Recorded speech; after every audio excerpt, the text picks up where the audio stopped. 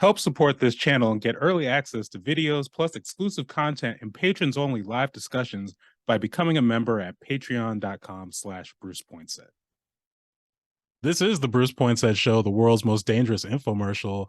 And I have some special guests with me, Rose Harding, Tara Bowen Biggs from the W.H.A.T podcast. And I'm going to do it Bill Simmons style. We're recording on October 1st at 2:12 p.m. A lot of Blazer news has happened in the last few days. When we originally scheduled all of this, none of it had happened. So this whole show is going to be different but fun. So yeah, we've got big Blazer news. The WNBA finals is officially set. The Aces and the Aces and the Liberty. And yeah, we got a lot to talk about. But the big thing, obviously, this week, Damian Lillard officially moved to Milwaukee, and Blazers get back DeAndre Ayton. God, now, guy's name is not coming to my mind. So Drew. Well, no, not Drew. The person who's sorry. Yeah, but because Drew Holiday was also moved this afternoon. Or Robert Williams, aka Time Lord, and Malcolm Brogdon, which I'm not sure how long that's going to last, and picks. So yeah, how are you all feeling about this Blazer upheaval / a very hard shift towards the future that actually is a shift towards the future, because we're just kind of hanging there for a minute. Yeah, honestly, like Tara and I talked about this a little bit earlier today, but like I'm feeling quite relieved because I felt like that trade request was sitting on our backs for like months, and it felt like years. And I was like, I wanted to see what the direction of the team was going to be, and now we like finally have like a more definitive answer of like what they're trying to do. We get to see like the players that they wanted to bring in and the picks like that they're like looking for. Like the biggest surprise to me, honestly, was that the picks were so far in the future. So it meant that they weren't just going for like this full rebuild now with like what can we get now. It was also looking a little bit toward the future, because some of those picks aren't coming. The picks and pick swaps aren't going to be till like 2029, 2030. Like that's like quite far down the road, but also coming from these teams that are like contenders now and are relatively older. Like, I don't know. It's interesting to see like the pieces fall into place and see the plan, like the 5-year plan, I guess. Tara, what did you think? As a fan, I feel unstuck. Like remember when the ship got stuck in the canal and everything just like backed up behind it, and it was like nothing could move. And I feel like until we knew what was going to happen as a fan, like we didn't really know what to do. We didn't know we had an idea of what the plan was for the future, but we didn't know who was going to be in the future. We haven't really been able to celebrate Scoot because Scoot coming in meant Damian moving on. We didn't know where Damian was going to go, if we were going to be happy for him where he landed. And I couldn't be more excited that he went to a small market team where he could immediately contend with Giannis and Terry Stotts, by the way. So I just feel like everything had just been stuck, and now we can finally move on, like as a fan base, and get excited about the future. And it's okay to get excited now because we know what was going to happen. How about you, Bruce? So Rose, you're talking about just like the picks in the future, and I'm just thinking about this roster going into next year. Again, what remains to be seen what happens with Malcolm Brogdon, but you got Scoot, you got Ant, who's not exactly a slouch. Like could probably give you 25 a night, especially in this role. Obviously, Shaden, Jeremy's back. DeAndre Ayton is now here, and Robert Williams. Like they have like a whole front court and everything. Like what is going on? But I think they could, they could at least contend for like a playoff spot next year with this kind of like young team. Obviously, youth can sometimes get in the way of that, but I think about it like it's not full OKC. We have 30 draft picks for the next 5 years, but it's very much kind of like following that timeline, but also with a team that can be competitive. I mean, Terry, you talk about not really getting to enjoy Scoot, and I just think about, I mean, because he only played what, a half of summer league. It was a fun half though, and even just watching him, I just think about when they mic'd him up on the bench, and it's like I'll never get over just the commentators basically just realizing, you know what, we're just gonna let Scoot run. Just let him call the game on the bench, come back and answer questions effortlessly, hype up his teammates. Let's just let him run the show. And it's just like, I hate seeing Damian Lillard go. I really do. But, if I was thinking about someone who could be, potentially lead the ship going forward, like Scoot is that guy. Like I believe in Scoot. So I want to bring it back though. We started this off just there's news. Yeah, we gotta talk about news. But you all had me on We Have a Take earlier this summer. And one of the things we just talked about was like how we consume basketball media, which I think is very pertinent to this story. So before we get to that though, I do also want, I'll just talk a little bit about the We Have a Take podcast for those who may not be familiar, first off. Sure. Well, I'll start with the We Have a Take podcast has been around for a while, but what we like to say is that we're a boutique podcast because we are small and not for everybody. We typically don't go like in depth on analysis and trades and, potential trades and things like that. We just talk about how we feel about stuff, and it's completely okay to feel about stuff because we're fans and we really come at it from a fan perspective. And part of being a fan is how you feel about stuff. So on the We Have a Take podcast, we talk a lot about, we do deep dives into the players and where they came from and learning about how they came up through the ranks and like what their high school was like and what their mom and dads do for a living, and just have a really fun time getting to know every player. And boy, do we have a lot of work ahead of us. Actually, the last few seasons we've had a lot of work. I remember like looking up, trying to learn about Eric Bledsoe. Like I had to learn about Eric Bledsoe because he was on the team. So anyway, We Have a Take is we try to fill a niche that isn't filled by other podcasts and complement what's already out there by just having a chance to bring on other fans and media members to talk about what they see and how they feel. It was awesome having you on because we got to fan out and we also got to hear sort of your perspective and lens about the media, which is really important for fans to have an idea about. So I don't know, that's my sort of elevator pitch about the We Have a Take podcast. Rose, would you add anything?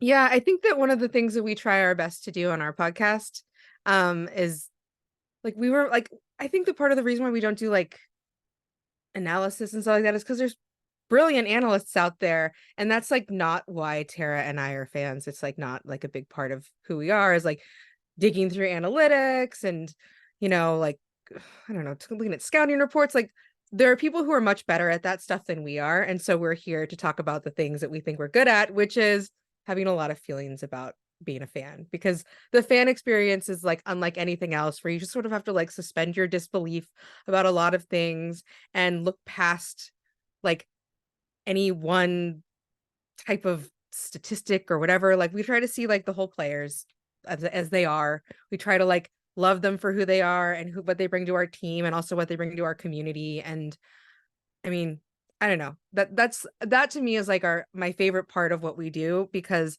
it's a good reminder for us to embrace all the other stuff that comes with being a fan of a team that is not just on the court.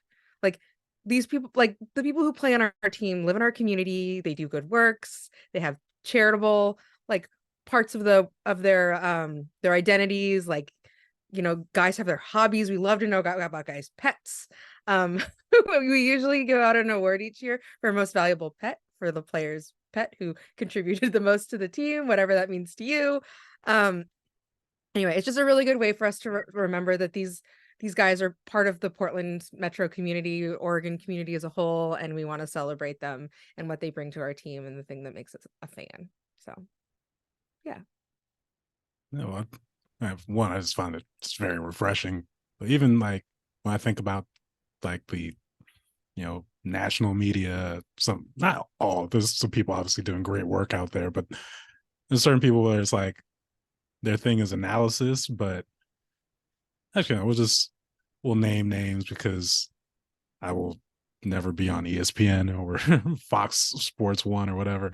But like where I see Stephen A. Smith or Skip Bayless talk about their journalism degrees doing something that they are clearly not using it for, like that always kind of gets me, because it's just like, no, you're just throwing stuff out there right now, and you know your audience, you know what points to hit, and that's fine.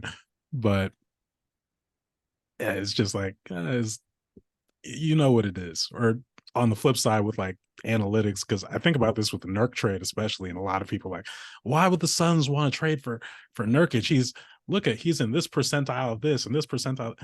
He spent the last few years trying to cover up for a team that's not good at defense. Like it's not exactly a great measure if you're trying to be like, oh, well, he can't do this. No, have you watched the games? Have you watched like what it actually looks like? Like, so I've been predicting to people, it's like the Nurkic redemption year is coming. While the people are like, why would the Suns trade for Portland's front court? Because Drew is also there, which I think is funny, actually, and now Nas as well. So interesting infusion. But yeah, during that episode earlier this summer, we also talked about, again, media and how we're consuming, where do we get our basketball news from? So with Damian, making a trade request, obviously that I will say, I'll just be upfront, I did not make it very long into that news cycle before I decided, you know what, just wake me when the trade happens. I have a specific friend, I hope he watches this, because I've told him that line verbatim so much that it's like this little tagline now, because he hit me with like all the Aaron Goodwin updates and all these things. It's like, this just feels like horse trading. I don't know. But yeah, or actually even it's like I watch a lot of Dan Le Batard, who's based in Miami, just because I find that he's able to like mix and match the like some of that journalism, but then also just like a certain tone of irreverence that just works. And yeah, for most of the summer, I was like, I can't, not with this Dame trade news and just like Miami trying to like, well, I shouldn't say Miami trying to force this through, because I feel like Aaron Goodwin might have had a little something to do with that as well. But it's just like, yeah, I can't do this. So now that all this has gone through, I feel like safe to watch Le Batard and Friends again. But anyways, yeah, where were you all going if you were going for news updates on the situation during this? Is it 3 months? Yeah, something like that. I hate that I'm still looking at Twitter. I wish we could find an alternative for it, but it is still reliably not only where I can like find Woj and Shams, the newsbreakers, but I can also find my community that I've grown close to in the last like 5 years, who will understand how I'm feeling and what I'm thinking about. So I did go to Twitter a lot more than I intended. I was like gonna leave it and everything, but it's like you go to Blue Sky and it's like, I'm waiting, somebody say something. So for now, I did that. And so I went, Woj and Shams for like the immediate updates. And man, you took the smart route, Bruce. Like getting away from all of this was the smart thing to do, because there were like weeks where Woj would be, tweeting and retweeting, the guys who were being brought into training camp. And every time you get a Woj notification, be like, this is it. And it's like, so-and-so is like, joining the Charlotte Hornets on a 10-day or so, or on exhibit 10. And it was just like, oh my gosh. So it was like your heart rate is going up and down.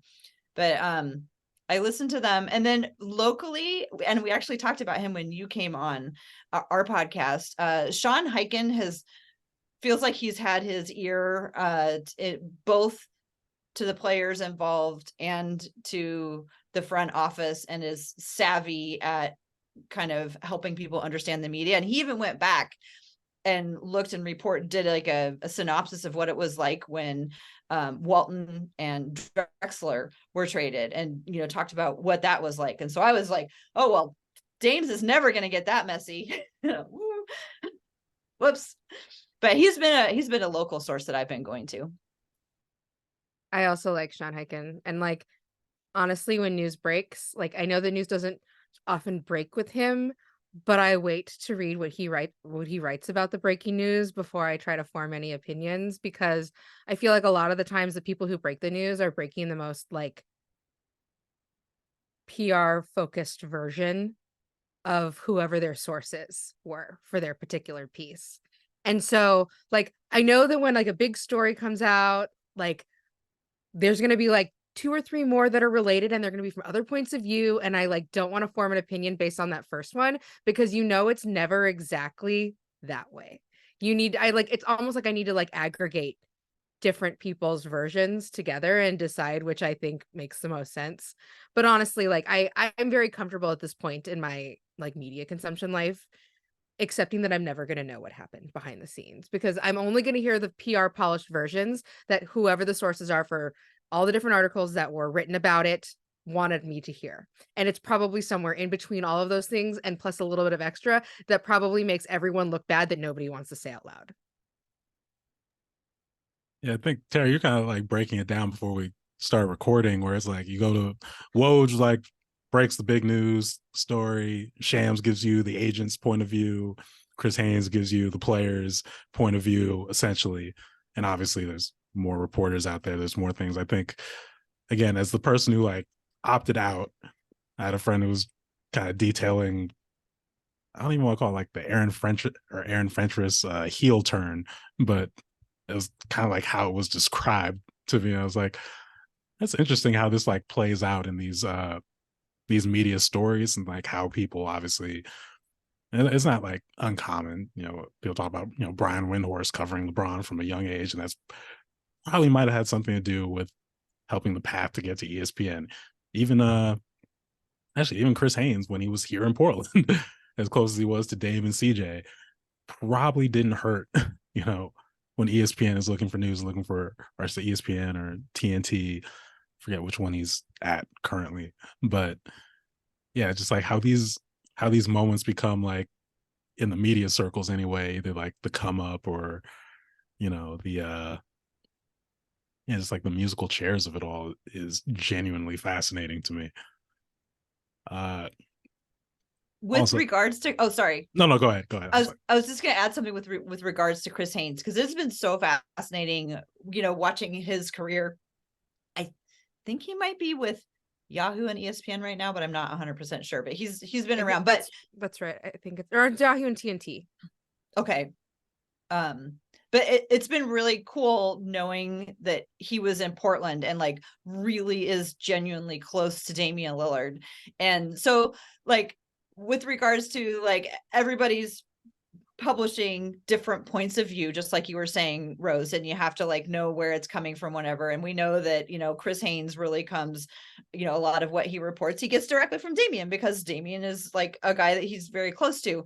And so in addition, though, I think it is cool to have these different perspectives, because I was listening to Chris Haynes on his podcast with is it Mark Stein? Anyway, I was listening to that podcast, and I got a really interesting perspective that Haynes didn't really write about in the article, where he was like actually talking to Damian when the trade came through, and he was able to kind of talk about, as a friend, how he listened to and saw Damian like process the understanding and the impact of this trade.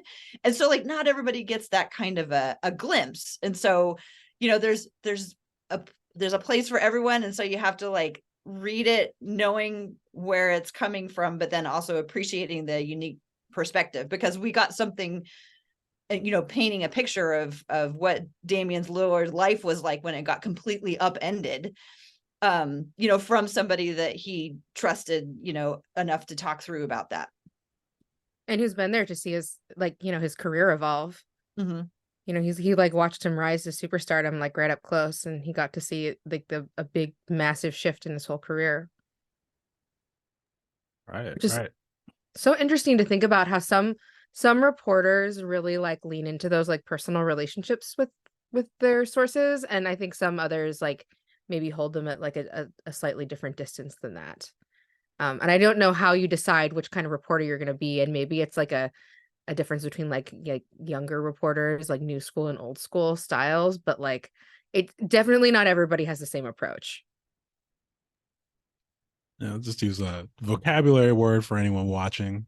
We also talked about U of O on the last episode with you all, and Info Health specifically. So do a little journalism nerding out here, but there's a term called access journalism, which is essentially, getting close to the subject, the interviewer, and yeah, it's definitely decidedly not old school. I am objective.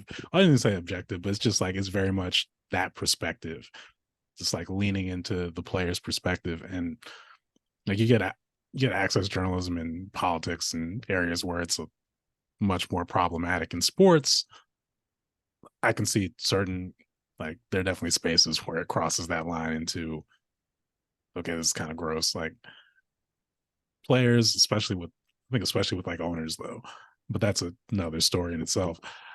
But yeah, when you like make that decision, I think the incentives, again, like we talked about Brian Windhorst, now Chris Haynes, many of these other reporters throughout the days, where it's just like, shoot, even think about Stephen A. Smith, even though I disparaged him earlier, but that Allen Iverson relationship was kind of a big deal, in the come up.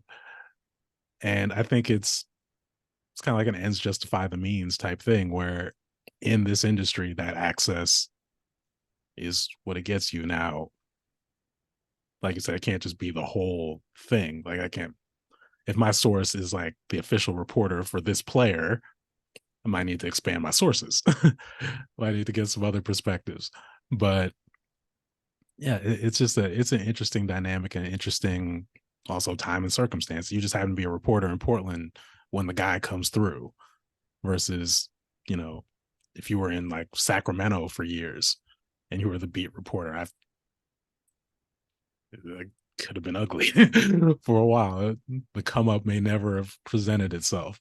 So yeah, it's a very fascinating media landscape. Now, do want to go back before we put you all on the spot for way too early predictions. But with these trades, you've all seen like the odds makers saying Milwaukee's going to win the East.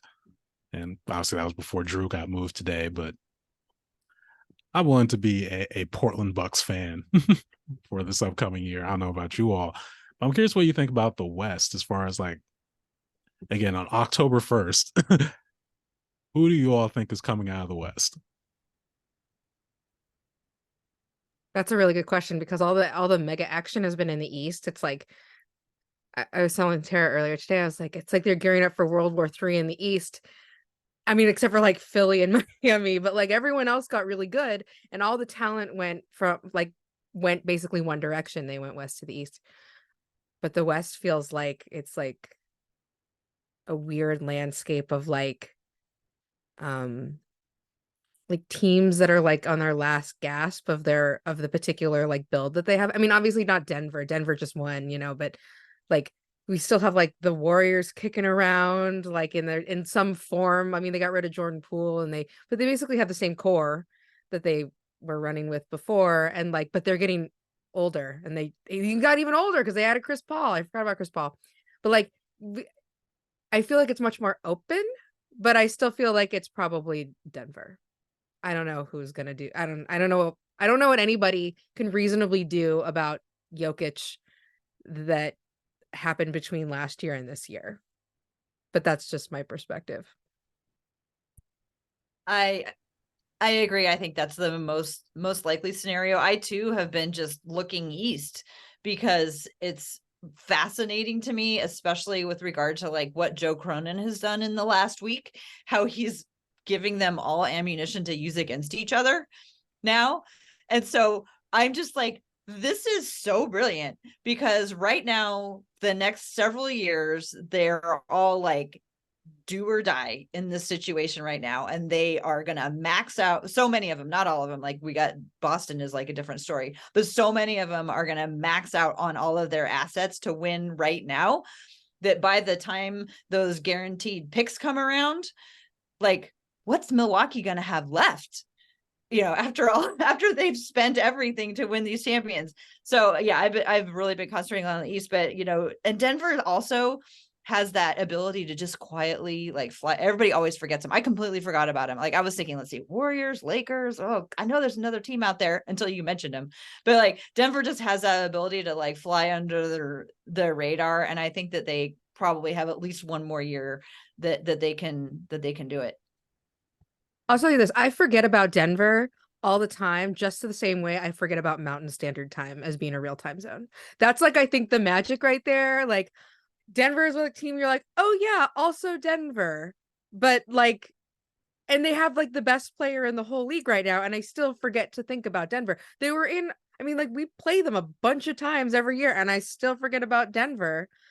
I don't know what it is about my brain, but like Mountain Standard Time just doesn't exist. I'm more likely to think about the Suns, who are on their own time. They're on Arizona time, and I'm more likely to think about the Suns than I am to think about Denver. I don't know what that's about. Oh, I do want to say one thing about, since you were talking about like wild predictions. I do have like a little chaos prediction in my head that I'm secretly rooting for. And I didn't even tell this to Terry yet. I think this is the perfect time for Embiid to move west. Uh-oh. This is what I need a soundboard for. I'm just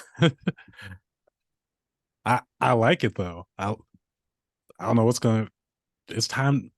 Actually, I want to be that media person that they've been with like Dame and everyone else for the years.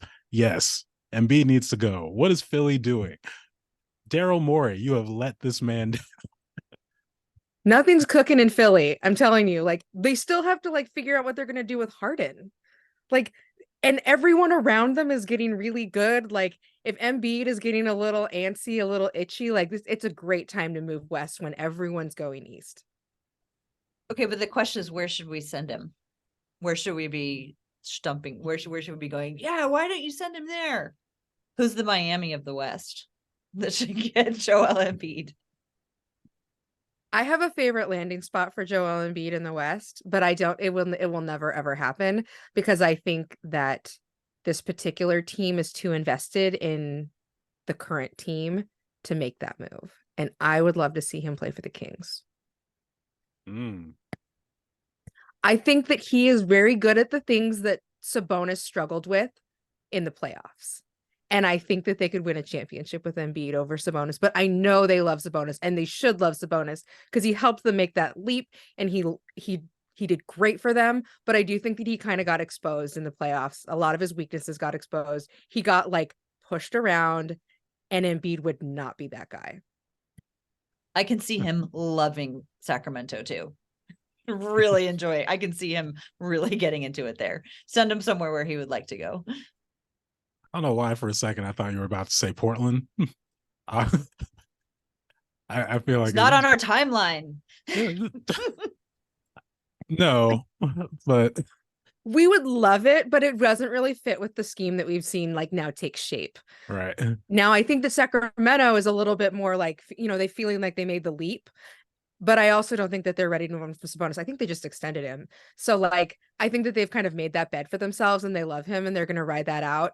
And I don't know, maybe he really like studies the tape and sees the ways that like were like hard for him in those in the playoffs against the Warriors. But like, I don't know. I think Embiid on the Kings would be super fun and they could win a championship. One thing I'll say about Embiid, because like for most of the time, yes, but there's something like, it is weird to me that like every playoffs, whenever they face Al Horford, usually it's with the Celtics because he was with Philly for that 1 year. Like it's weird how much Al Horford has like the magic serum of just like, yeah, you're actually, oh, you like to put me on the block. I'm just going to shove you out to the 3-point line, do something without fail whenever it counts, which is always, I don't get it.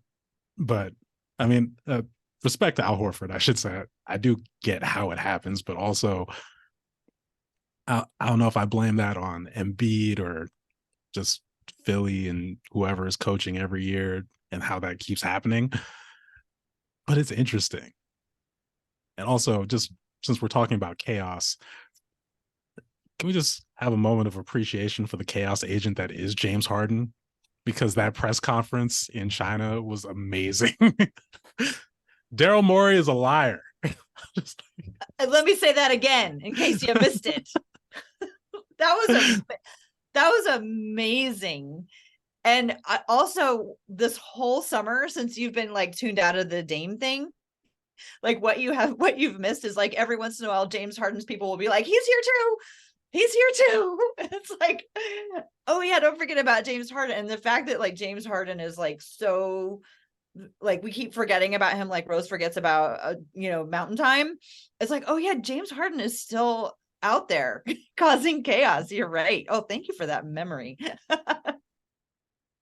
That feels like a lifetime ago. And I know it shouldn't feel like a lifetime ago, but it does feel like a lifetime ago. Because in my head, James Harden is always on a trade request. I don't know why, but like, is he, he's just, in my head, he's always, I don't know. I just always assume that James Harden has a trade request out there. He is I can't figure out the acronym in my head right now as we're recording, but he's the greatest trade requester of all time. Like, I don't think it's even a competition. Like this last before, what was it, leaving Houston? Just like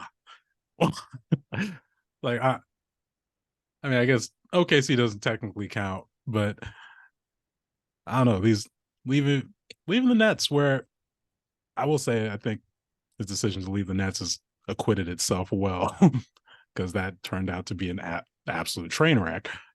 But just I give the man credit as far as just like working the media, and I think that's why I love the press conference from this summer the most, because there are elaborate ways to do this. There's the I'm just gonna mess around in your face way to do it, but just like phone camera in like a warehouse, just in the middle of the room. I was just like, this is great. You are an absolute savant at this, and I don't know. It's the conversation around Harden is always interesting, because it's like he had his like redemption moments in the playoffs, and then his opposite of redemption moments as that series ended. But if that feels like a lifetime ago, like the same way you're talking about that press conference, like, oh yeah, that's right. Didn't he have those 40-point games against Boston? What? Remember that? No. I've always been really intrigued by him because of his talent, and the decision that Oklahoma City made to trade him, I think was pretty like groundbreaking. And it's like, wow, this guy this good, but we just can't afford it. We have to send him somewhere. And that was just kind of like, whoa, okay, we're kind of entering a new era here. And despite the fact that he gets lots of attention for his the way that he does or does not return to his teams, other than that, he just kind of like keeps it pretty quiet. And I sometimes I'm like, I want to know more. I want to know more about what's going on behind those eyes, because he'll come out and he'll disrupt things, but at the same time he kind of holds it all inside. And so I've always just thought, what would it be like? What would it be like to be inside James Harden's head? And I betcha, like, if we had James Harden on our team, I betcha I could figure out things to cheer for him. I'm sure I could if I got to know him, but he just hasn't been here yet. So not yet. James Harden is one of those players that I find really interesting because he leans into like public perception sort of in this way that's like, but he's tight-lipped about it. You're right, Tara. He doesn't like go out and like, I mean, so he's the press conference in China is kind of wild, but like a lot of the times what he does is he just lets the media run rumors about him and he doesn't really disrupt them. He just lets them do it. And like, remember like the fat suit rumor? Like he's sometimes kind of fed that. He never really denied it really. and he sort of fed it sometimes, but like never confirmed or denied, and never really talked about it actually himself, just like through like his like social media activity. And I don't know, like maybe he's like liking tweets or something about the fat suit, but like, you know what I mean? Like it's just like he doesn't really spread rumors, but he perpetuates them. It's Yeah. actually it's actually really funny to me, by the way, that you were like talking, Bruce, about like access journalism. Because does anybody have access to James Harden? Hmm. Good question. That's a good question. I'm trying to. Was I, there a James Harden person? I bet if we were in Houston, we would know, because I think that's where he was most accepted and understood the best. So whoever was covering Houston while he was there. It's just really interesting because like you just never really get the feeling that any of these guys are James Harden guys. Like there aren't like a lot of leaks that come out of it like around him. And I don't know, like he just feels a little enigmatic in a time where like everybody seems to have a guy. It's just like he's I mean, in a variety of ways, but really just a fascinating case as a player. Like he averaged what, 36 a game, 37 a game. A triple double for how many years? Yeah, like, obviously like the MVP and everything, but like I don't know, like I can't. Terry, you're better than me as far as the idea of if he came to Portland, I find something to like about him. I don't want to think about that. I like hating on James Harden. It's a nice comfort space for me. But I totally get that. Oh, could we talk about another player? Yesterday, we were with a bunch of Blazer fans, and somebody brought up the fact that there was a rumor that in all of these flipping, that Chris Paul was mentioned, and I was like, no, seriously? And I don't know who mentioned it where, but apparently it was brought up somewhere. But it reminded me of what you were saying about Scoot cheering on his teammates at Summer League. Now imagine Scoot cheering on DeAndre Ayton, and Ayton going from having Chris Paul yelling at him to having Scoot, younger, less experienced, but so positive. I'm excited to see what that might look like. hard agree. I saw some of those clips from the Blazers account of just like, DeAndre coming to the practice facility and just, obviously it's one of those off-season things where we can make a big deal about just a small clip, or, the Ben Simmons workout photos. I love those. But I think there's something to it. And just like, yeah, the prospect, one, just from an entertainment standpoint of Scoot just throwing lobs to Shaden, lobs to DeAndre, lobs to Jeremy. Like, I know you all count the dunks in the game. Like, you got something this year. The most important statistic out there, dunks. Right. It's funny, Chris Paul, like, I feel like has a lot of like interesting relationships with his centers. Because when I was when I was hearing about like the DeAndre Ayton might be on his way here, and I knew that like he had kind of been scapegoated a little bit, and when the Suns made the finals or whatever, like what he was and what he wasn't. But like I just like had this flashback when I was thinking about what his relationship with Chris Paul must have been like. Remember how Chris Paul used to just openly scream at DeAndre Jordan when they were on the Clippers? And like I think it was a Portland game where there was that like epic clip of him screaming at DeAndre Ayton to put that ball up in the hoop because he picked up a rebound and he didn't put it back to like with time left, and he just let the clock run out. And I remember like, and it was like Chris Paul, like little angry guy screaming, like, put the ball up, put the ball up, put the ball up. And like nothing happened. But like Chris Paul has like a really like, I feel like he's very type A or something, because he wants his centers to do exactly what he wants them to do. And it's not that he was wrong, but he like, I don't know, like guys like that, like they put it all out there on the court, and like they're not taking care of it in house, like in the locker room or whatever. It's like in front of us for all of them to see. Imagine what it must be like in the locker room when they're actually in private. Yeah. Well, I mean, even I'm still curious to see this Chris Paul, Draymond Green locker room is going to look like in Golden State. Because on one hand, I mean, we saw it with OKC where you put Chris Paul with a group of like all young guys, you can elevate a team, but also he has like, it almost feels like that shelf life isn't the word, but that relationship with teammates, like it noticeably sours like quickly. You have the good year, then I mean, we're just talking about Harden before. That ended very badly. But they got to game away from the finals, and maybe Chris Paul's hamstring going out from the finals, if we're being real about it, against the fully souped up Warriors. So it strikes me that all these teams that we're talking about and these players that we're talking about who made it really far from the outside anyway, as fans of other teams, seem very unpleasant. And it seems like it would be really hard to like have some of these players to like have to root for on your team.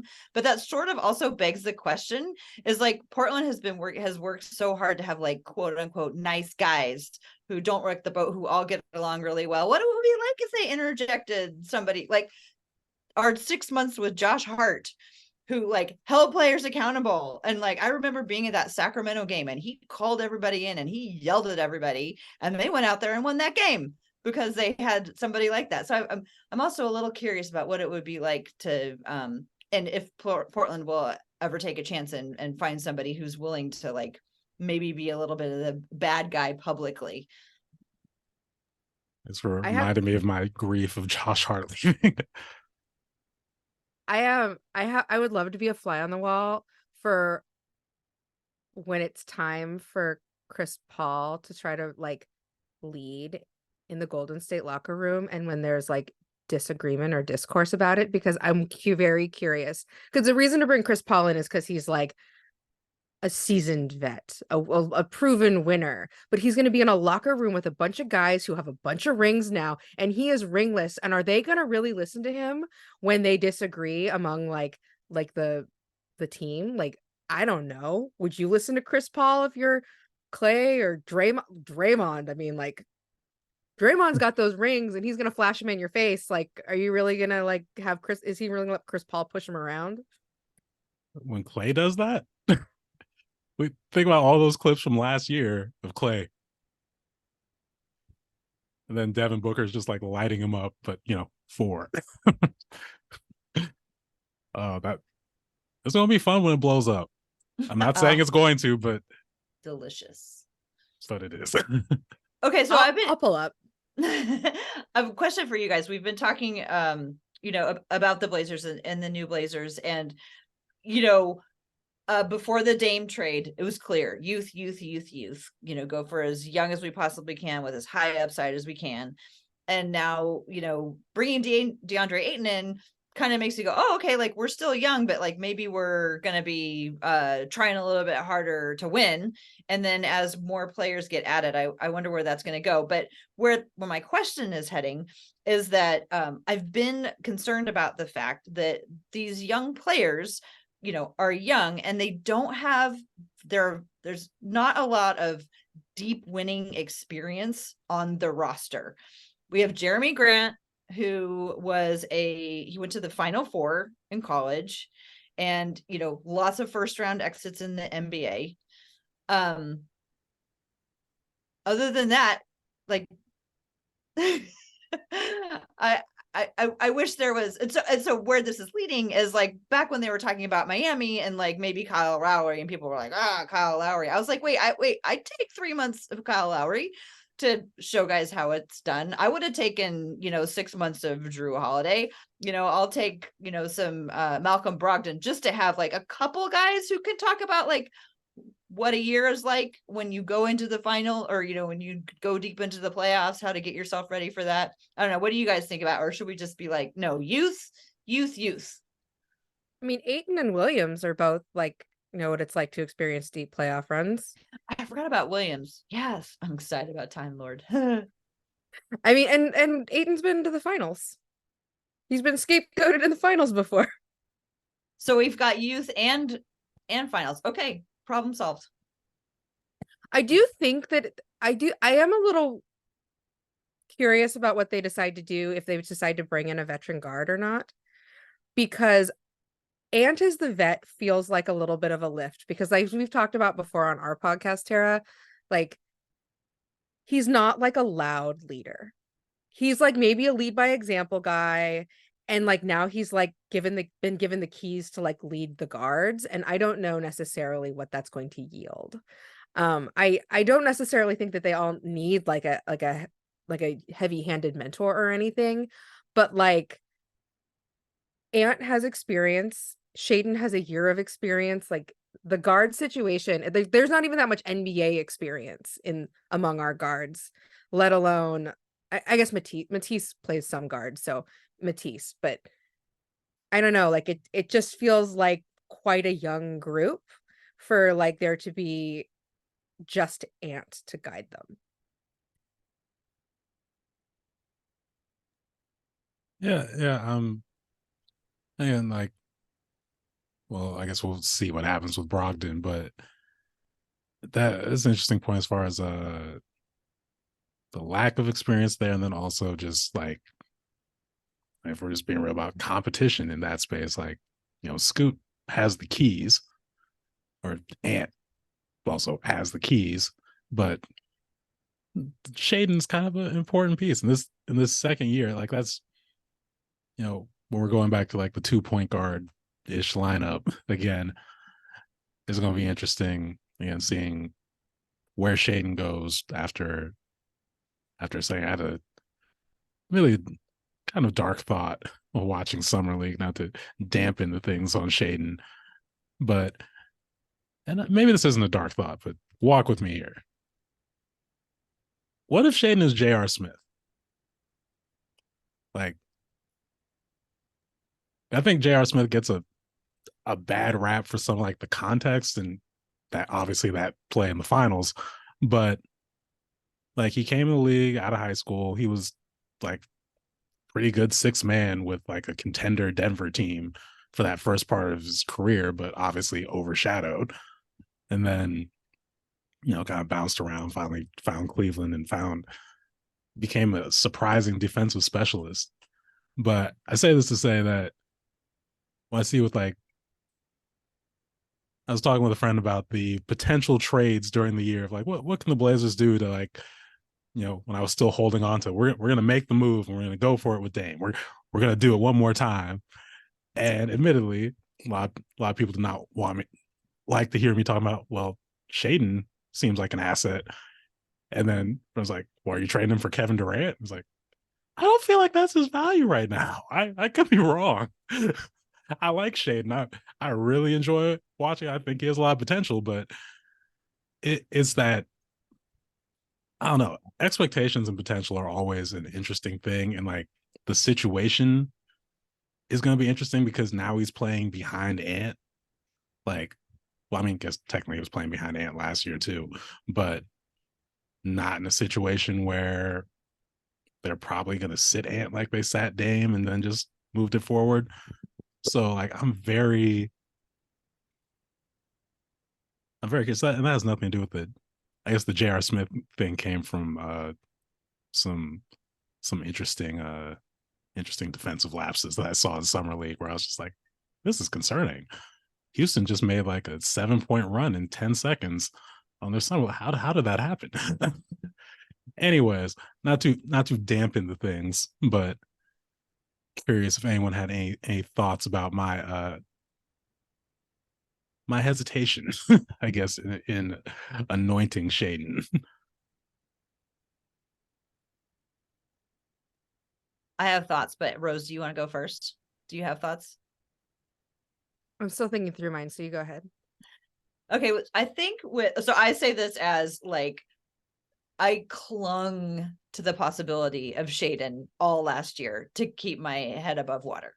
That was how I got through the season. So I am over the moon excited about Shaden. Also the fact that he dunks, and he doesn't just dunk, he dunks beautifully with more form and style as if he were a gymnast getting graded on it. Love Shaden. But I also see what you're talking about, because we don't know. I mean, we were all just like in our heads last year, just trying to enjoy whatever it was that we could. And that's what we were able to grasp onto. But I think the thing about J.R. Smith is that he became the guy, for whatever reason, that players wanted. You know, like, that's, with one big exception, that was what LeBron wanted. That was who LeBron wanted. And I think that's important. And I don't know why, but if Shaedon were to become a guy where, like, say Scoot ascends or somebody really ascends and they're like, I want Shaedon with me, then, you know, I am fine with that. But the other thing to say about Shaedon, to kind of go back a little bit, Shaedon, Scoot, and Anthony, none of them have competitive, but between high school and the NBA, they don't have any competitive experience. You know, Anthony didn't go to college, and he, you know, worked out at IMG for a year before he came in. Shaedon attended, but did not, you know, play in college. And then Scoot was on Ignite for 2 years, but that team is not set up to win. And that concerns me more than anything, is that just he hasn't been surrounded by people, you know, trying to get him to win.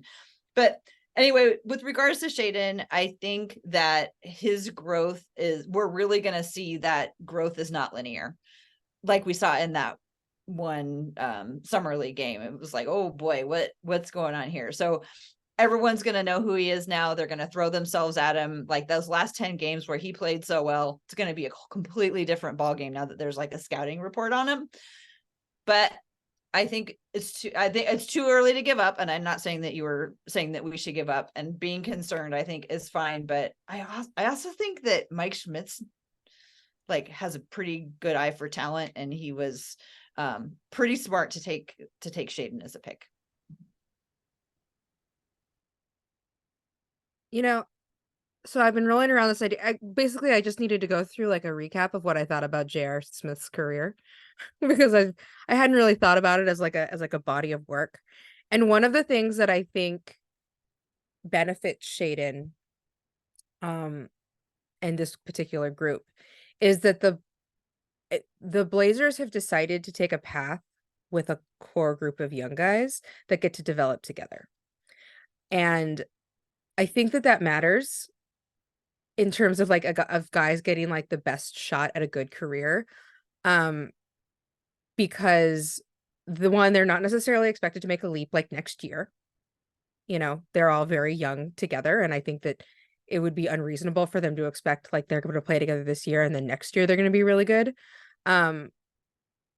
And I don't think you need necessarily anybody of that group to become a superstar.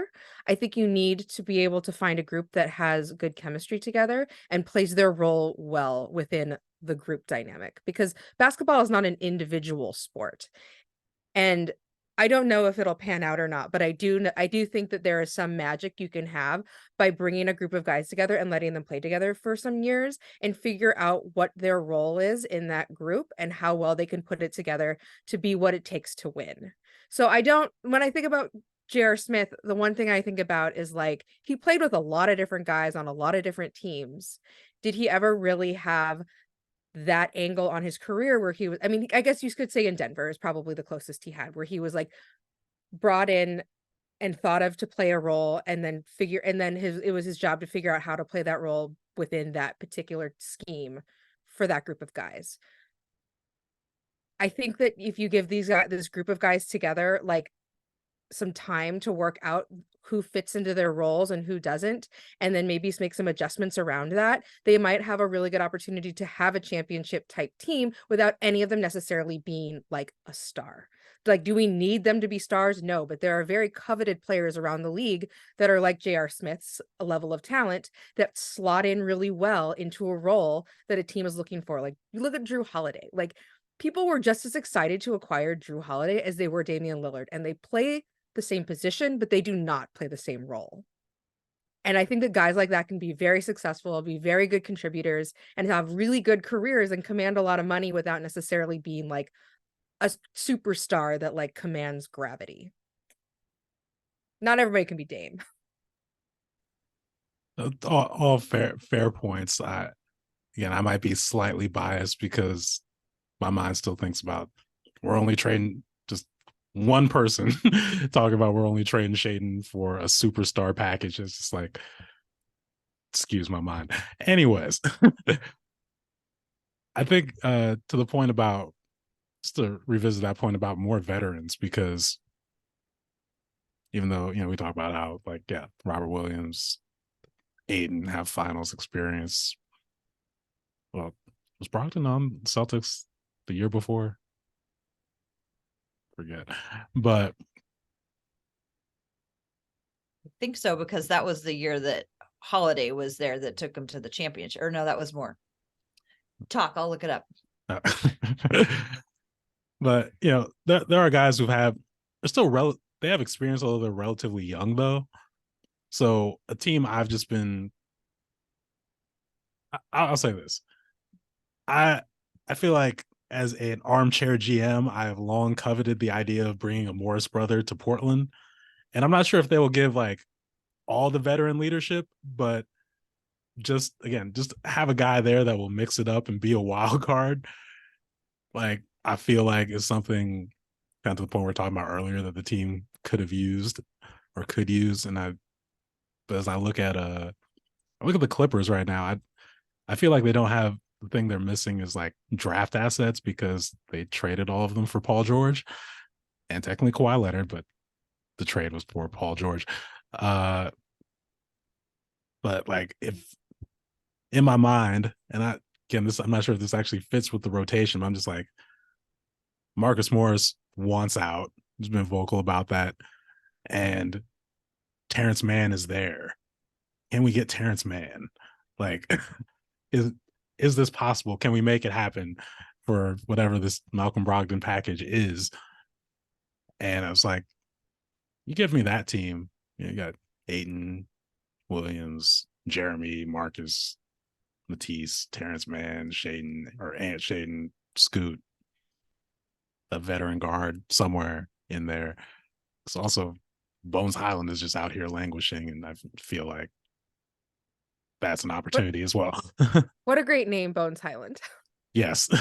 I don't know, but these are my dream scenarios of, I don't know, not salvaging Clippers players, but kind of.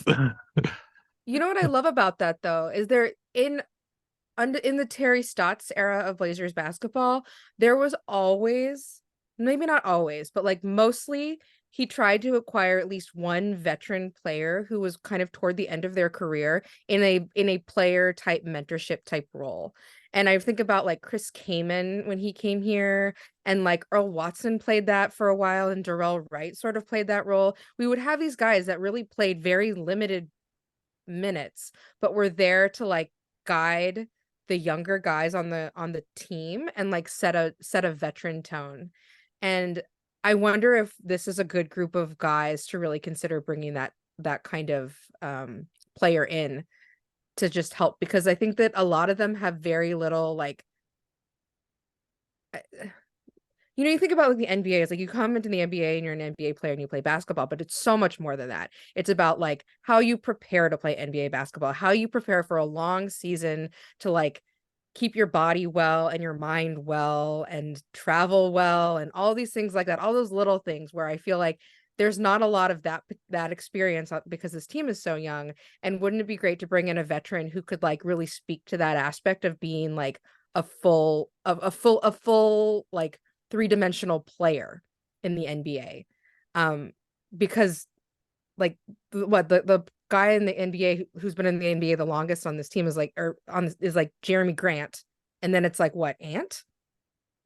Like there just isn't that many guys who have been like doing this year to year to year and figured out like a good rhythm for keeping their mind and their body and their life right.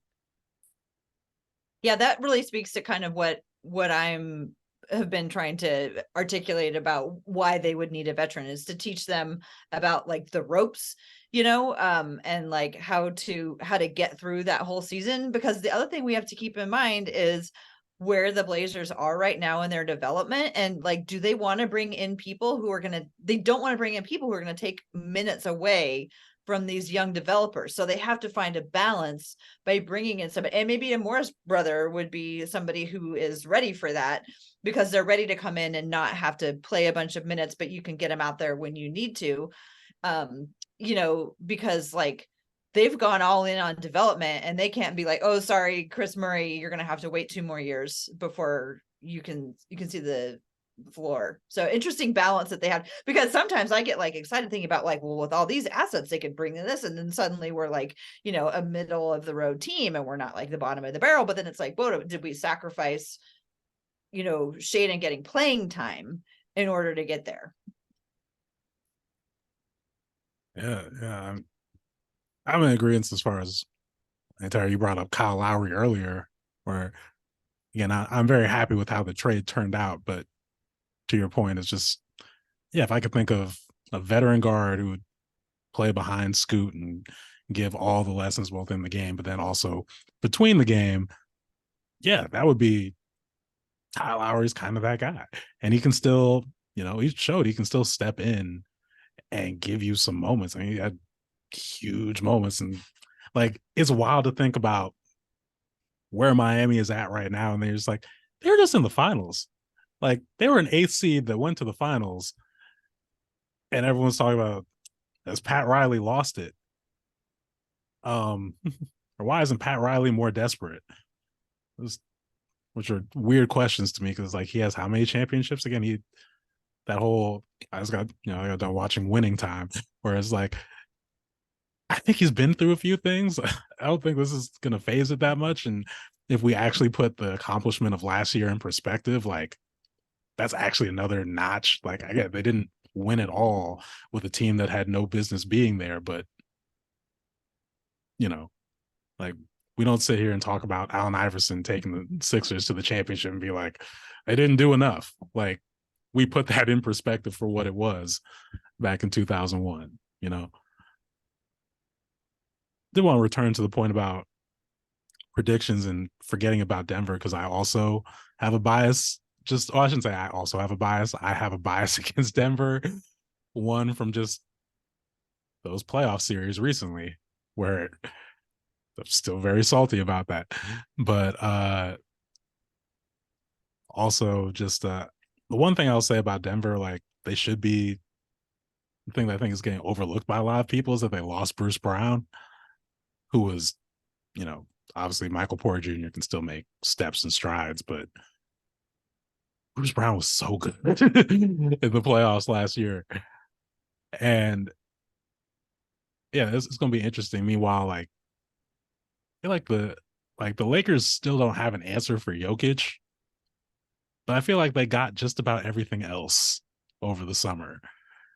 It, like, when it comes to just like stockpiling and just moves that don't, like, yeah, you get Gabe Vincent, you get Torian Prince, you get some of these pieces, but then you just literally, for like half of a penny on a dollar, you get Christian Wood. Like, what?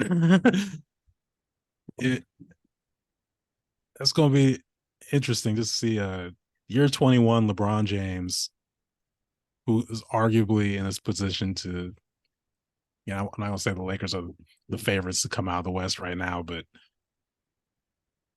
I don't know. The Suns don't actually have a point guard, and that's going to be an interesting one to see.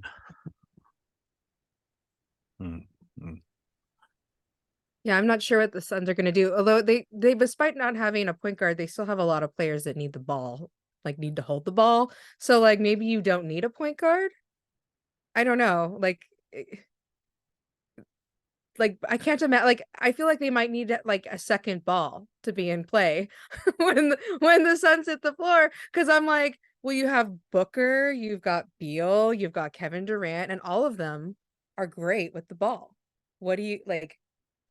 And Nurkic can facilitate too. Yeah, Nurkic is a great passing big. Like, I like I know they don't have a point guard, but I'm like, but they got plenty of guys who can pass the ball. It's just maybe not going to be quite the scheme that we expected to see out of them. Or they might crash and burn. I'm so ready for basketball to start. I mean, this whole summer of waiting for Damian Lillard just like put a damper on the, like, it held off our ability to get excited for what our team was going to be.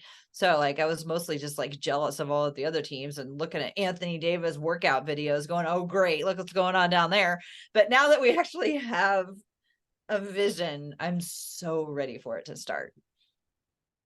Don't fall for the workout videos every summer. Oh, I will. I mean, and it's Anthony Davis, so I have opinions about him.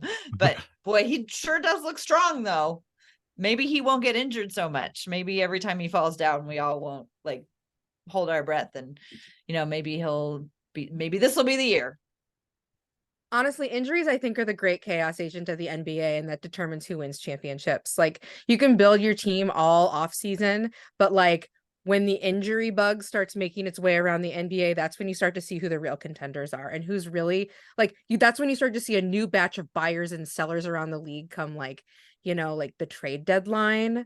Because I mean, there's a couple of teams out there that were just like 1 or 2 injuries away from their own championship that never won one. Like that Clippers team when it was like Chris Paul and DeAndre Jordan and Blake Griffin, they were like that team could have won a championship, but the injuries never like fell on their side. And like maybe that's like one of like the big examples that I can think of right now. But like I just think about, what if Chris Paul had stayed healthy? What if Blake Griffin had stayed healthy? Like what would that team have been doing? Could that team have done multiple championships? Maybe. It was a really good team. Or like same with that Houston team.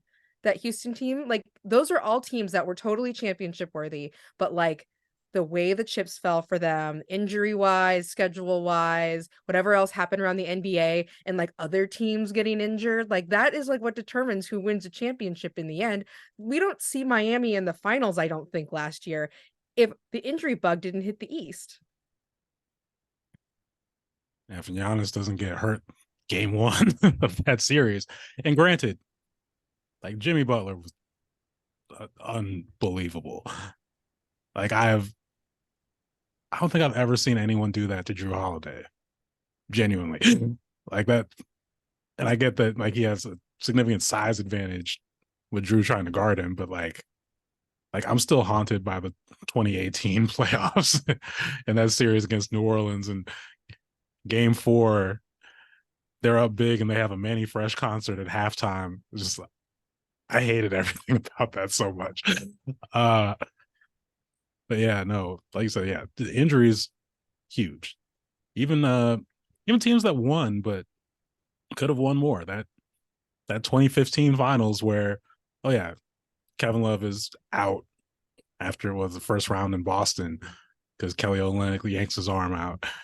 Kyrie gets hurt in game 1. And they still went 6. Well, I'm terrified of the Pelicans if Zion stays healthy.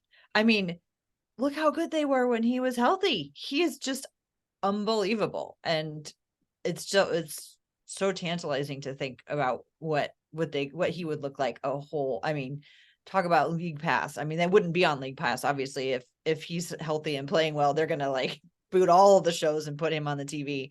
But I think they would be tremendous with him being healthy. I'm very curious about what we see happen with Zion in the next year or two, because it's like getting to that time where like Bruce was talking about like potential, like the potential has to be met soon for him before I think that things start to get weird in New Orleans. And I was just thinking actually about this the other day. Like it seems like a lifetime ago that he was getting lit up on socials for like screwing over like a OnlyFans model or whatever. Like he's so lucky that the offseason was so chaotic, because like people totally forgot about that. And I wasn't sure. I was like, is New Orleans ready to move on from him? Because there was like a time where we thought maybe that trade could happen where Zion could be a Blazer. And I wasn't really sure how like New Orleans front office felt about him going forward. But man, I felt like there was a second where the heat was on, and I was like, oh, are they gonna like kind of force the issue with him? Because like some of this is not good press. And I know that players don't like play ball in the press, but it definitely shapes like how willing people are to wait around for you. I mean, I would definitely say, yeah, with this summer with Zion, it got weird.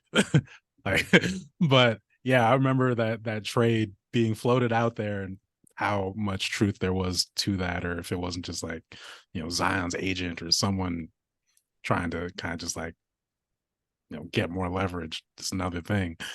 But again, just that little sliver of hope. I was just like, we're gonna lose Damian Lillard. Wait, we might have Dame and Zion, but we're gonna. And some people are like, well, but what about his injury stat? You know what? You go for it. If it doesn't work, no one is gonna blame you for getting Zion Williamson. No, what? That was an exciting week. That was the highlight of my spring, is what that was. I was like, I will take your baggage of like your off the court drama for a chance at greatness. Oh man. So switch up subjects. I realize we've been talking about the NBA for like an hour now. And thank you all for your time and generosity with your time. But there's some other news, I believe, yesterday out of Oakland.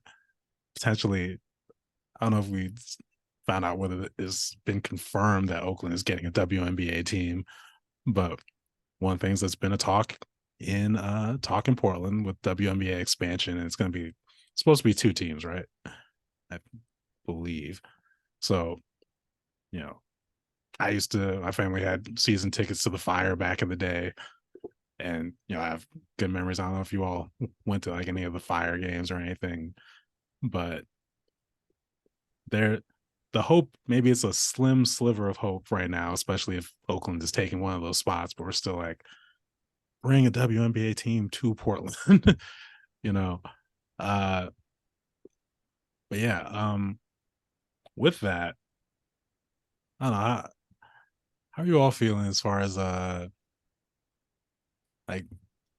are you any more hopeful than I am that this will actually materialize in Portland? I've just learned not to get my hopes up about things like this, but it happened before. They had one time before. So like, I would love it so much. I mean, I love going to Thorns games so much because it's just like a different feeling. Like, I love being in the NBA arena and watching the Blazers, but when it comes to like Timbers versus Thorns, I don't go to Timbers games because I prefer to go to Thorns games just because of the vibe and the product. I prefer because it's like so fundamental. It's so based on knowing the fundamentals and executing them beautifully. And when I watch the WNBA, that's also what I see, just beautiful execution of like perfect fundamentals. But I don't want to get my hopes up and get crushed again. Like, I don't know where this Oklahoma or Oakland thing came from, because we've been watching Portland do all, like, taking all of the steps and making the proposals and making the case for why Portland would be such a good place for it. And we've known all along that like there's a list and that they're on the list. But then suddenly, like, we see a tweet from Front Office Sports that's like, okay, Oakland is getting ready to welcome a WNBA team. It's like, wait a minute. Is this just like Oakland or is this like the Bay Area just going, oh, we can have whatever we want because we have the Golden Warriors and just give us all the things? Or is it really going to happen, and will Portland be the team? Would they do 2 West Coast teams? I don't know, but I'm going to have my fingers crossed, but try to like tamper my expectations because I don't want to get crushed again. Yeah, it's interesting.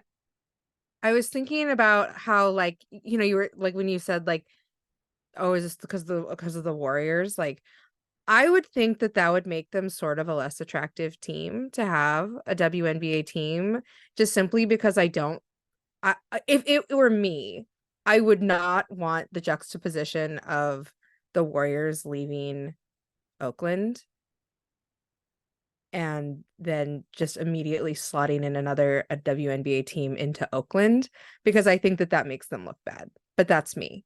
I think one of the things that is nice about a lot of WNBA teams is they get to kind of like stand on their own reputation.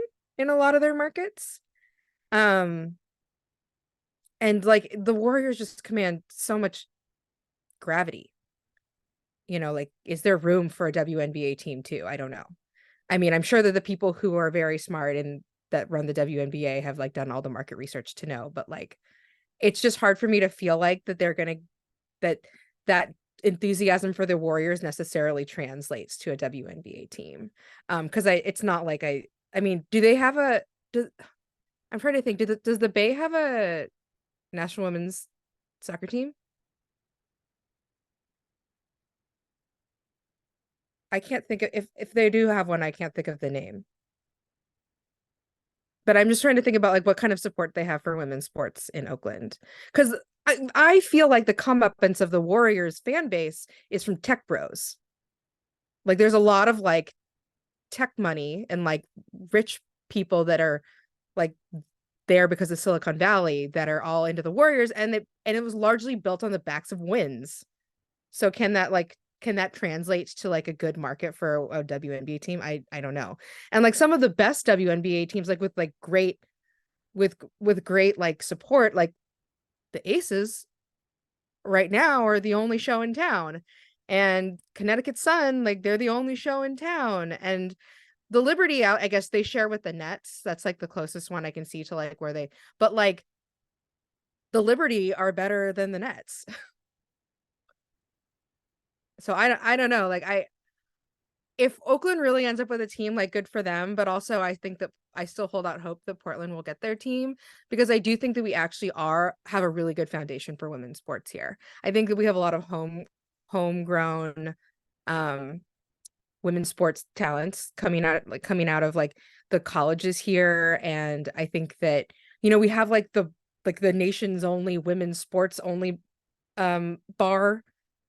And like I don't know, we Tara and I had Senator Ron Wyden on our podcast to talk about this a little bit earlier in the year. And like he really has been trying really hard to showcase how supportive like our like community is of women's sports specifically. And so he like, remember he was telling us when he had Kathy Engelbert in Portland, they went to the sports bra and they brought like I think that didn't they bring the coaches from both the women's team at Oregon and OSU? Yeah. And so like he was like trying to assemble and showcase that like we had a lot of really great support for women's sports already here in Oregon that they wouldn't have to necessarily develop. And in my head, when I think about Oakland, I'm like, can they develop that there? I don't know. I'll say with the narrative I've seen coming out of Oakland, just because like you talk about the Warriors and now that they're in like San Francisco, and I don't watch football, but obviously the Raiders are now in Las Vegas, where the argument's been like we've been depleted. I know that's been like a big selling point. But yeah, I guess we'll see. I'll say before taking from the potential of a Portland team though to, again, we talked about literally when we hit record, the finals for this year's WNBA finals were set. It's going to be the Aces and the Liberty. And I want to get your takes, like if you all been following the playoffs, and yeah, who do you have in this finals?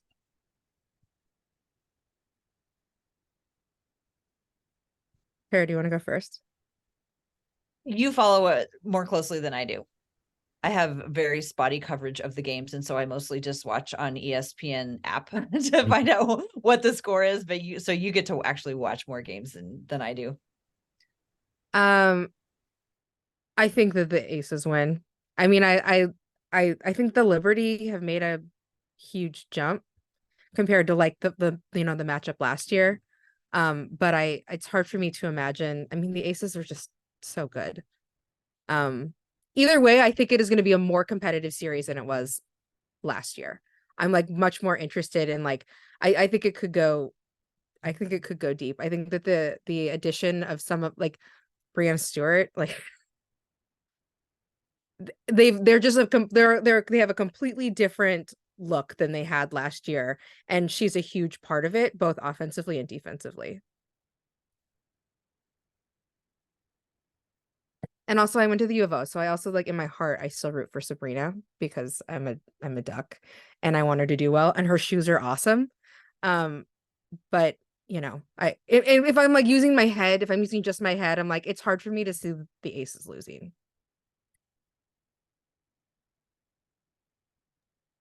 I think I got the Aces too, and also just I think we're talking offline about just the WNBA MVP race and how just like historically close it was. See, Breonna Stewart won, Alyssa Thomas was like right there, and then somehow Asia Wilson was third, which all great players, but you know, if I were predicting, I mean, granted, up until that last game when they closed out the Wings, it's like had the most 30-point games in a row in the WNBA playoff history, and just in general, like just a monster, you know, like it is I think with like Liberty and the Sun, it was interesting just to watch because when the Sun could play more physical, like they gave the Liberty a lot of trouble. It's like the Aces can do that, but also they can put a lot of points on the board. Like you got Asia, obviously, but then you got Kelsey Plum out there. You got yeah, Chelsea Gray, who's just a matchup nightmare. Just The point god. yeah, just bullying people, and it is beautiful to watch. Like it was just like, okay, like you can predict the move that's kind of like, okay, crossover, bump, but she gets the space every time. Like it's wild, but yeah, like they've got a big four, and like they're this good, and Candace Parker's been out for the season. Like it, so yeah, I got the Aces. I think it'll be. I think Asia Wilson takes it personally, but not to say that obviously again Breonna Stewart is the MVP. Is not a slouch by any means, but I don't know. I'm gonna say Aces in 4. I'm just I'm gonna put a number on it. I don't know how many games it'll be. I know it'll be fun. But I you know, it's funny. I was thinking about the MVP race. Any one of those 3 women that you named could be the MVP. Like it really did come down to like how points were awarded to votes, because and like who's who like second and third votes is really what determined who ended up being the MVP. I think that Breonna Stewart didn't actually get the most first place votes, but she got way more second place votes than the person who did. And so I think Alyssa Thomas had the most first place votes, but she had more third place votes than second place votes. And that ultimately like cost the award, which, you know, I think just like speaks to how tight that race was. And like good for the WNBA. It is like amazing to have I think it's amazing to have a controversial MVP. And I wish the NBA had more of those, because even though sometimes it seems like other guys would be in the race, by the time the voting all happens, the press has already coalesced around like who's going to be the winner. Like our races are very rarely close when you see like the MVP like vote counts and stuff. So I love that for the WNBA. But yeah, I agree. I think it's the Aces. MVP is an individual award and a championship is a team award. And man, I don't know what you throw against the Aces for a whole series, like, and like think you're gonna come out on top. It's just tough. Although I think that the Liberty beat the Aces in their last matchup, in their regular season matchup, right? So like they clearly know how to put a win together, but like a series is a different beast than an individual game. And like, good luck. Asia Wilson's probably gonna cook you. Yeah, that guard matchup too. Just yeah, not taking anything from Vandersloot or Sabrina, but they also have to guard Chelsea Gray and Kelsey Plum, and that's tough. Yeah, good luck. Good luck. Good luck watching the tape on that and deciding like what your strategy is going to be, because you're right. Chelsea Gray is one of those people that you know what to expect from her, and she still gets exactly what she wants from you every time. And that's what makes those like good players great. Like Dame is sort of the same way in a lot of ways. Like, you know what to expect from Dame's game, but it doesn't matter. He's still going to get that space from you. He's still going to turn the corner on you. Like, it doesn't matter if you know exactly the play he's going to run. It's still going to be like in your face exactly the way he wants it.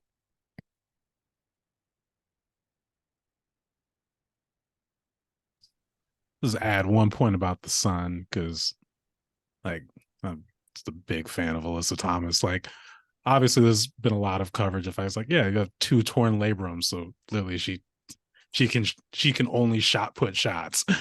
But yeah, like I think about someone who's just like imposes their will on a game. Like, I mean, that was what's so interesting about this series against the Liberty that, ultimately they lost today. Whereas like up until like the last 2 games, like Breanna Stewart is fresh off an MVP and she shut her down for 2 games. Like that is absurd. While also basically being like the point forward for your team. The like it's not like a high scoring player, but like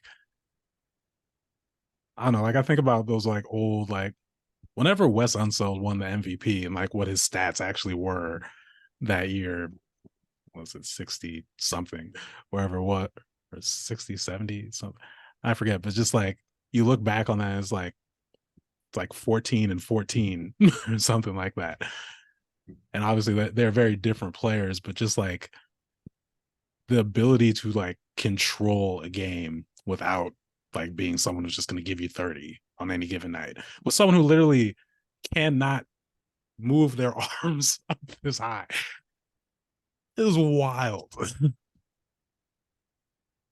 I feel like some of the best players in both like the WNBA and the NBA have figured out how to make things that like might seem like barriers for some people into strengths.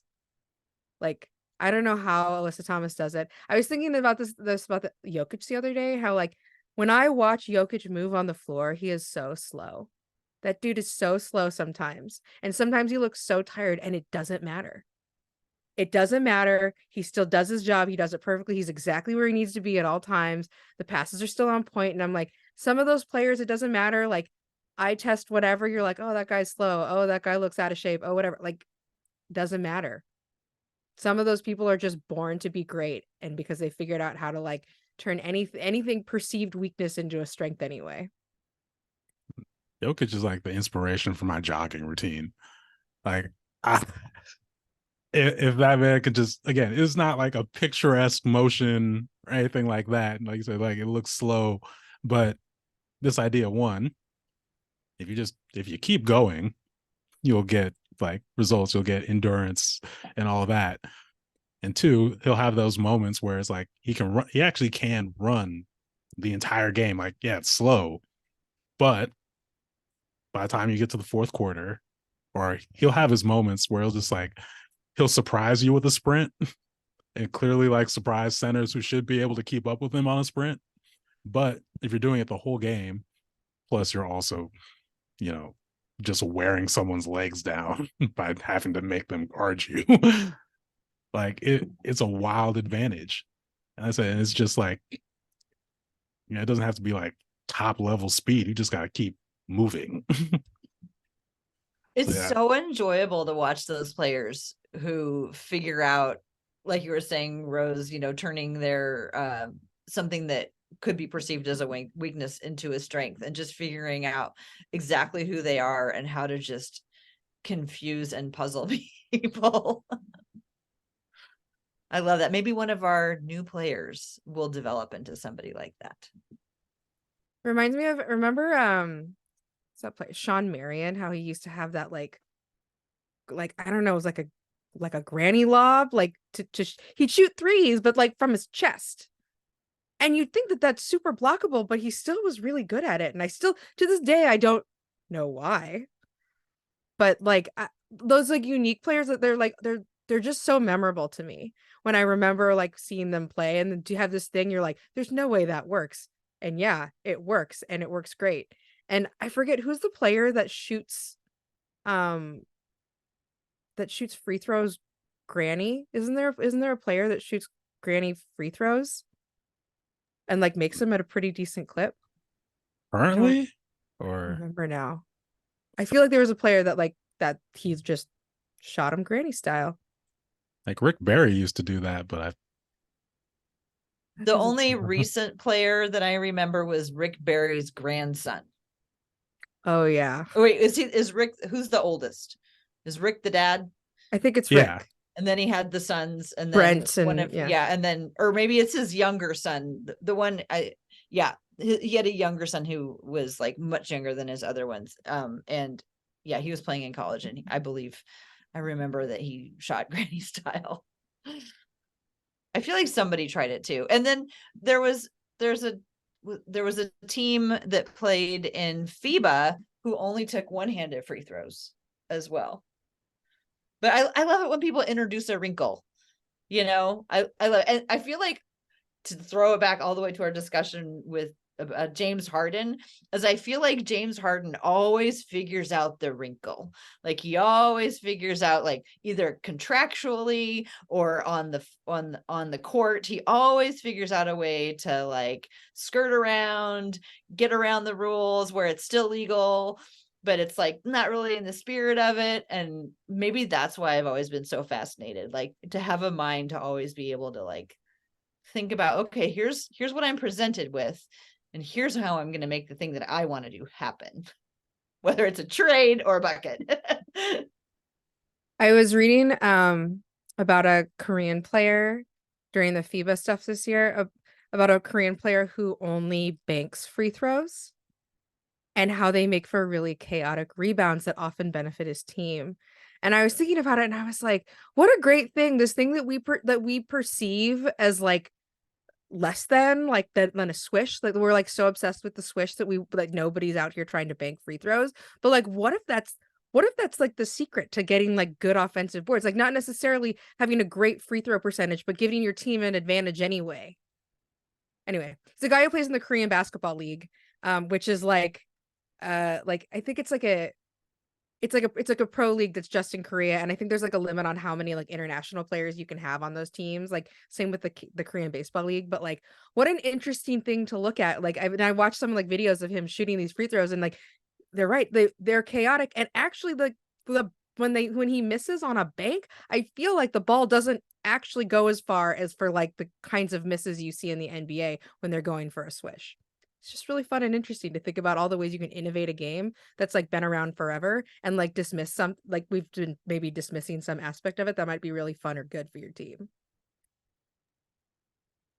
I mean, with the free throw point, it's interesting, like, to think about how hard that actually is. Because like, you think about like when it's like, okay, you got to miss this next free throw to give your team a chance, and how many times when people are trying to miss and they even like, it'd be like DeAndre Jordan, and somehow he can make the free throw the only time when he is trying not to. Like, say that either you can go for just a bank every time. Like, because like what you're saying, it makes perfect sense as far as just like, yeah, those misses are going to be much more opportune for an offensive rebound, but that is such a specialized skill. And then with James Harden, just I mean, people are still just blatantly hooking the arm whenever they go in for a drive. And like, I know the refs tried to like tamp down on that a little bit, but like, the man is an innovator. Frustrating, incredibly frustrating, but an innovator. Chris Paul the same. They make rules because Chris Paul like was an innovator, like the rip through rule. Like, that's a Chris Paul rule. Like, those guys that just like figure out how to exploit the game and force rules to be made, like, I mean, like, good for you. You're really like examining the whole game and like assessing why we do things the way we do and whether they're the right things to do. I would say Dame did actually do a little bit of that with the just coming off those three screen threes. Like, I'm gonna get fouled. And granted, if you look on the instant replays, they're usually fouls.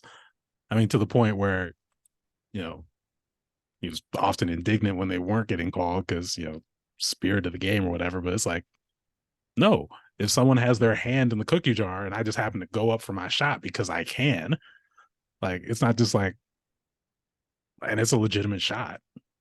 Like, is that not the rule? Yeah, it's interesting how he can break the rule that way, Mhm. but he gives it like validity by the fact that he like can chuck it up from the half court line and still make it at a pretty decent clip. Like you can't say like that's not a real shot from him. Although for, like a lot of guys are like when you only see them lob them up from that distance when it's like the end of a quarter or something, but like it's you like legitimately can't look Dame in the face and be like, well, that's not a real shot. Because for him, it totally is. I mean, that's why Paul George was right. Like, it was a bad shot for anybody else. I refuse to concede anything to Paul George. Just But it was a bad shot. Like, for anybody else, that was a bad shot. And when you watch him guard it, he guards it beautifully. It was just Damian Lillard is special. I would just like to say there's two more things on Dame.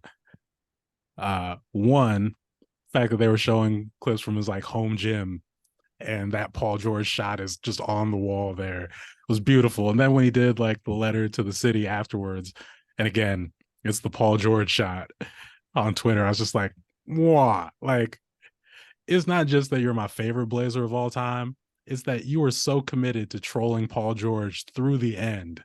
Like, I, you, if you were gonna leave with a picture of you hitting that shot over Paul George. I will just for you all. Again, I say I will never concede anything to Paul George. I just why do I even hate Paul George so much? It feels like it's been so long, but I always go back to like Papa John's and Gatorade commercials, and those Papa John's commercials were cringy, very cringy. But then the Gatorade commercials of yeah, these buzzer beater shots they never actually hit. That's a petty thing to say, but Well, there's Paul George. I get salty about things like that when there's somebody who's like a contemporary of Dame who got all the attention when everybody should have been giving flowers to Dame. Like Anthony Davis is like the key one for me. I know I was just complimenting his workout videos, but it was also, with my eyes rolled.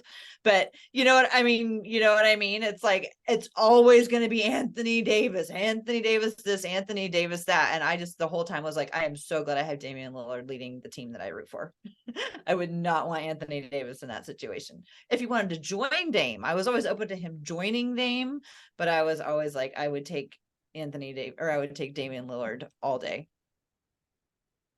Damian Lillard has like one of like the best. I mean, until like the most recent seasons, like he has like one of the best like playing rates of like any of those guys that have been in the league as long as he has. Like he did not miss very many games until they like, he had that surgery.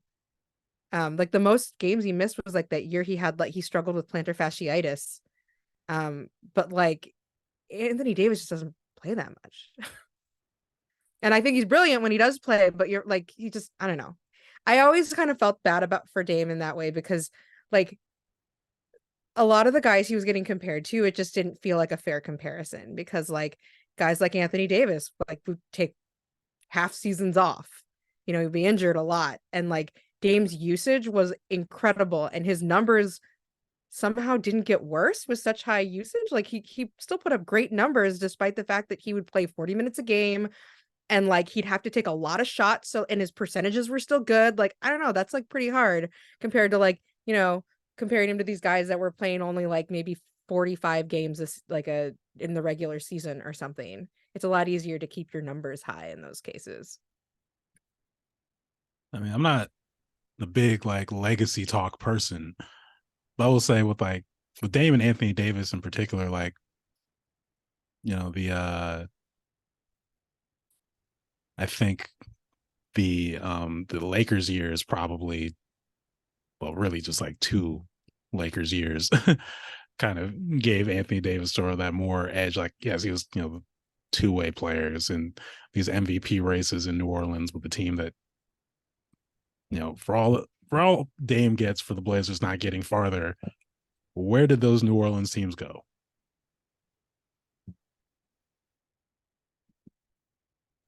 you know, and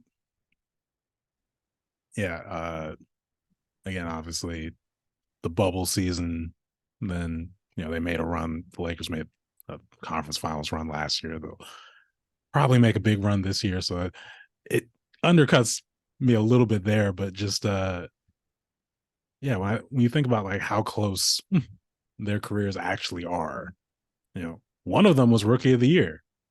It wasn't Anthony Davis. One of them, like, Dame had a couple of years this most recently where it's like the team didn't make the playoffs, but they're going every year. You know what the Pelicans weren't doing? Going every year. Sure.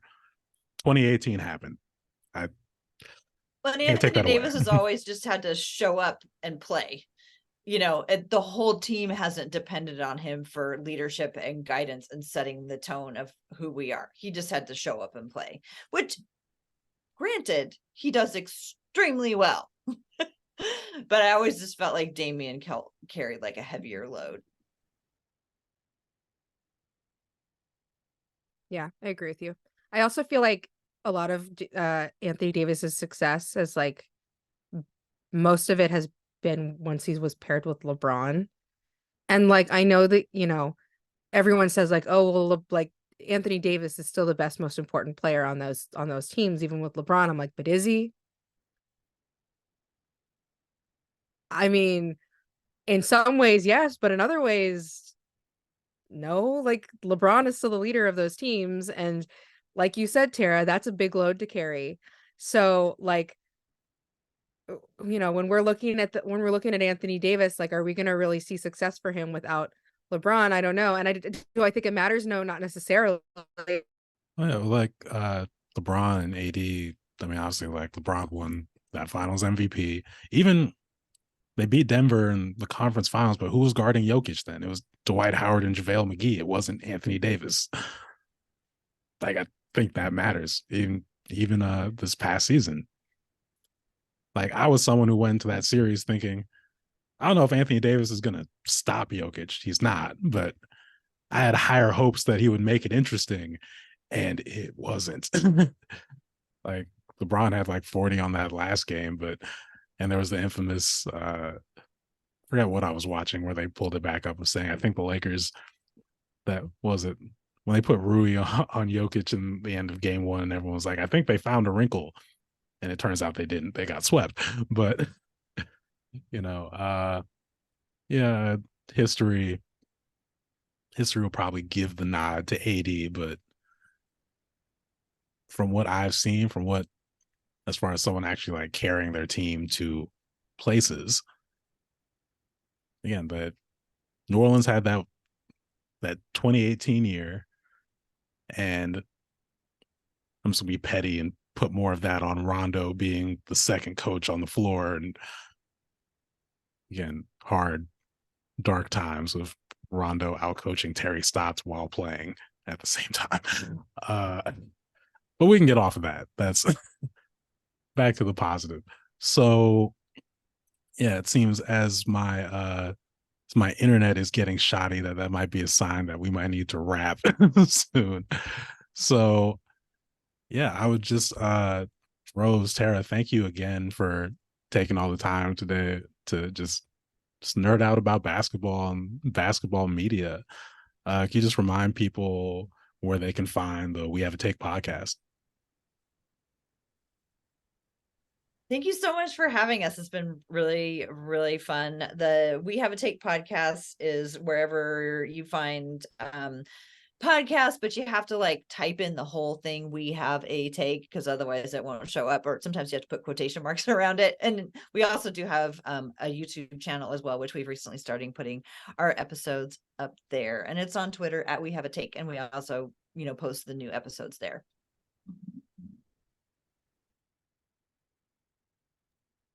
Oh, thank you. Again, Tara Rose, thank you for your time today, and enjoy the rest of your Sunday in this new, young, promising Blazer team. Yeah, we got to catch up with you, a little ways into the season. We'll all figure out how our feelings are doing and how it's going. Just crossing my fingers for good, good vibes.